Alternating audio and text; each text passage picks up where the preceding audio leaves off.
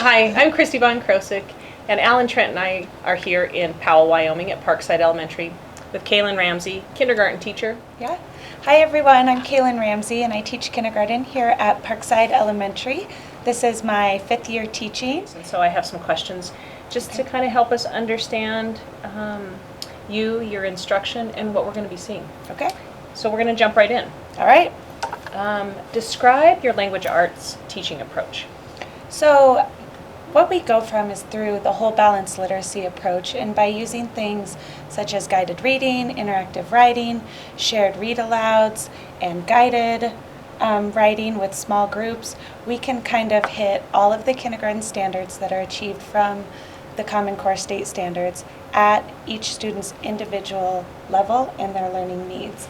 So through a mix of both whole group instruction and small group instruction, we can kind of give the kids the interventions and the enrichments that they need in order to meet the standards that we have set for them.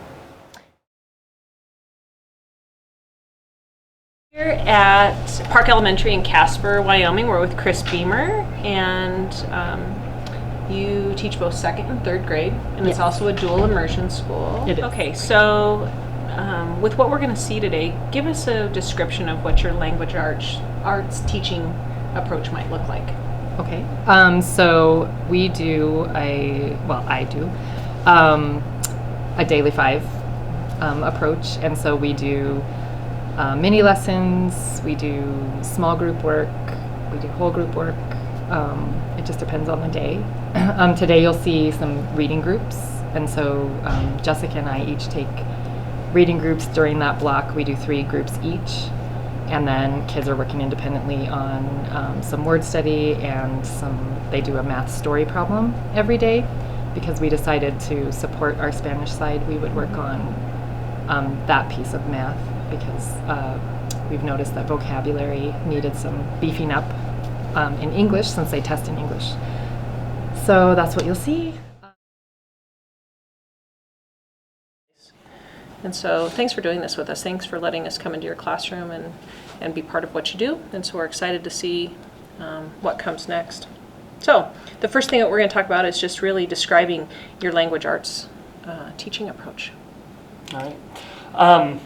So language arts is, and I guess how I've understood that, is the reading and writing bits of it kind of together. So what's been important, and I kind of think of it as far as my approach, kind of a progression from when I started to now, and all the changes I've made over the years. But, in 3rd grade, it's such a weird year, because it's the year they say kids need to get fluent by this year, fluent readers, if they really want to go where they can with comprehension and succeed with their reading, succeed. So we always are in a weird balance of, are we working hard on the fluency skill and the word work and the phonics and all that stuff?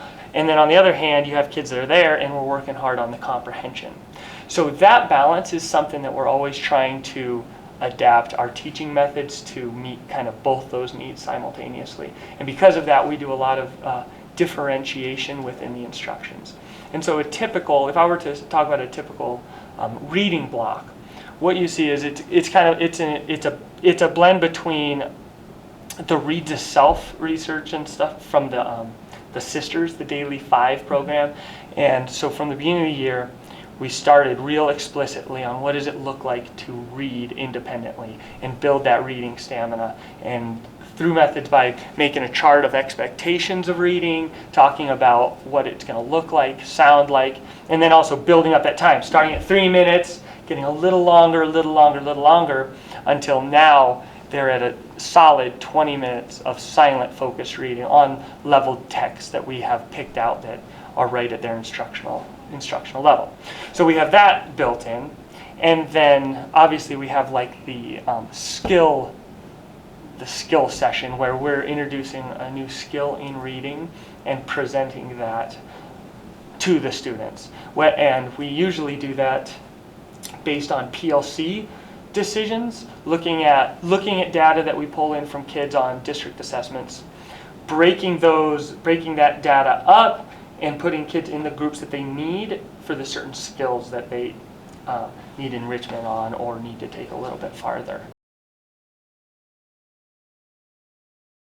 we're at Stagecoach Elementary in Rock Springs, Wyoming. We're with Kendra Peltier, and we're really excited to be here. I'm You excited teach to third have grade, you. I right? teach third grade. Yes, this is my 7th year as a teacher. So. Oh, good. Well, we're really looking forward to today. So we kind of talked to you about thinking through your literacy lessons, and so we just have a few questions that we want to start with. And the first one is just for you to describe really your language arts teaching approach. Yeah, I mean, I just try to do whatever works for the kids in the moment. Trying to be the best prepared that you are, knowing your kiddos, and then developing lessons from there, whether it's differentiation or different activities, getting the kids up and going. I try to be as fun as possible with reading. Sometimes the kiddos are, reading, and we have reading in the afternoon, which makes it for kind of a longer afternoon. But if they're up and moving and doing the talking and hands-on, they seem to be more engaged that way. So looking at previous scores, we use their dibbles and now wide top scores to be able to place kids where they need to go. We're fortunate enough to have 3 different teachers here, and one of our teachers takes our lower kiddos and some of our special education kids, and they get more support, small group, few extra teachers in that room and reteaches and things like that. So that helps the other kids grow in other classrooms, being able to reach other kids that way. What really is your approach? Like, how do you organize your reading lessons? You have Sure. a core reading program, right? We do. We Okay. teach Ready Gen. And so I kind of typed this so I wouldn't forget. But to differentiate with Ready Gen is a little bit more tricky, I've noticed. We used to be able to have reading mastery, which put kids at every level that they needed to be at.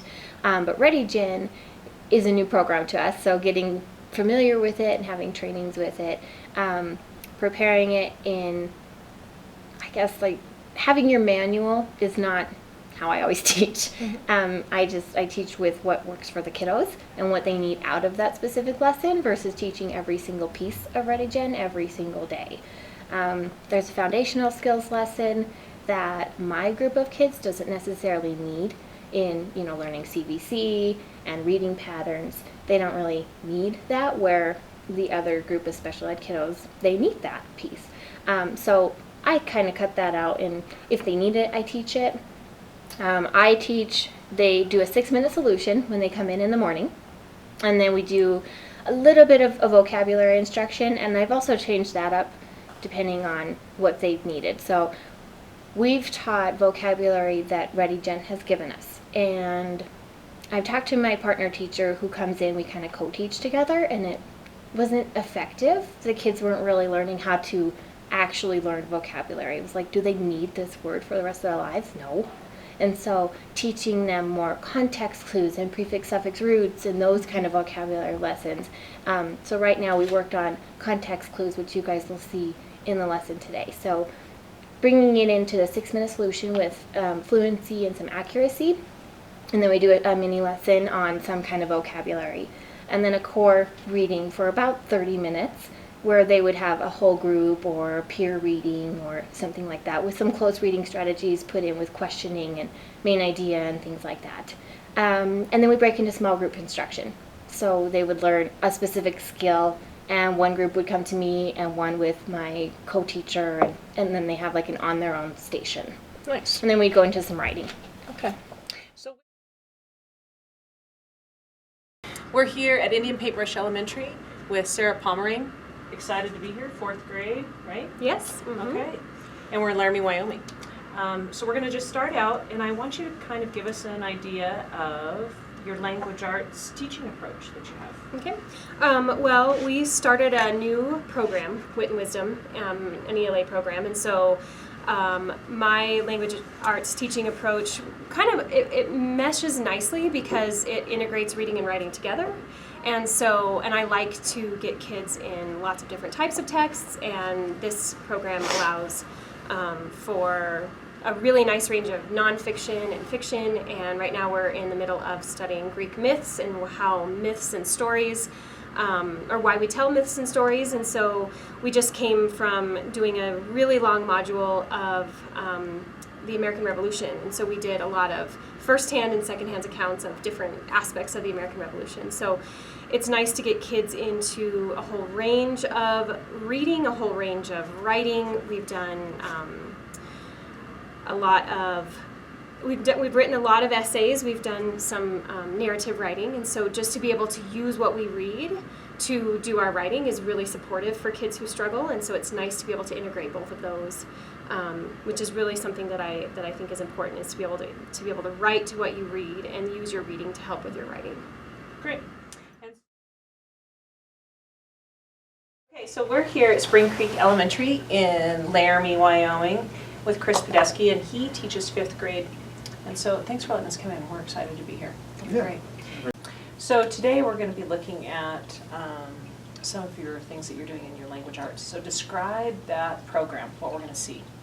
Okay, so with language arts, we have a couple different curriculums that we use, but we are encouraged to stray from the curriculum if the curriculum doesn't meet our students' needs.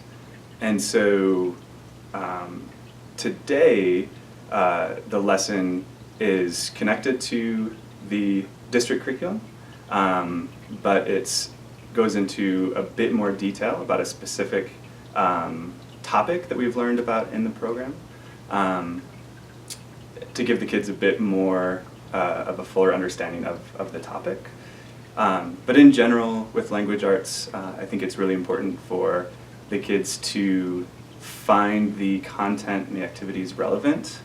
And so what sometimes happens is language arts feels a bit disconnected from students. And so doing everything that we can to make sure that that students are engaged through topics that are interesting to them, or creating products that are appealing to the kids. So.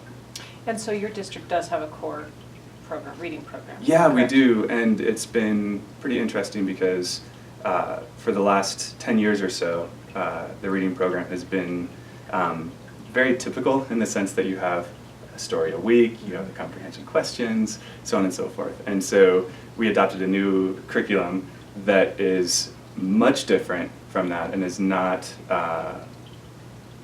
focused on the reading foundations. So some of those skills and strategies that we've been drilling into these kids for years and years, suddenly that is kind of has taken a trip to the side. And so we're looking at more, in my opinion, more holistic, more focused on real world issues, and the focus on speaking and listening is a much greater focus than it has been. So it's been a bit of a learning curve for all of us literacy teachers this year. Is there anything else that you do to support what you're doing with the core, or additional instructional strategies? Yeah, so in the beginning of the year, I look over, or the beginning of a unit sometimes too, I'll look over some of the big data. So we're looking at kind of results from standardized tests and bigger writing pieces, and let's see, other tests that I give. So the qualitative reading inventory is one that I give. And so with that, I'm able to really kind of zero in on strengths and needs of particular students, and I look for trends. And so if I see that there's a full group that needs some practice with phonemes and decoding and things like that, I can pull a small group for those students. And the other piece that's a little different is if a student or a group of students seem like they're interested in a different topic, or maybe they have a question about a topic that we're studying, every possibility I can, I try to roll with that. And so I try to make sure that if a student asks a question, that I can address it in language arts time, if that's possible, and then really keeping the classroom student focused and engaging for the kids is important.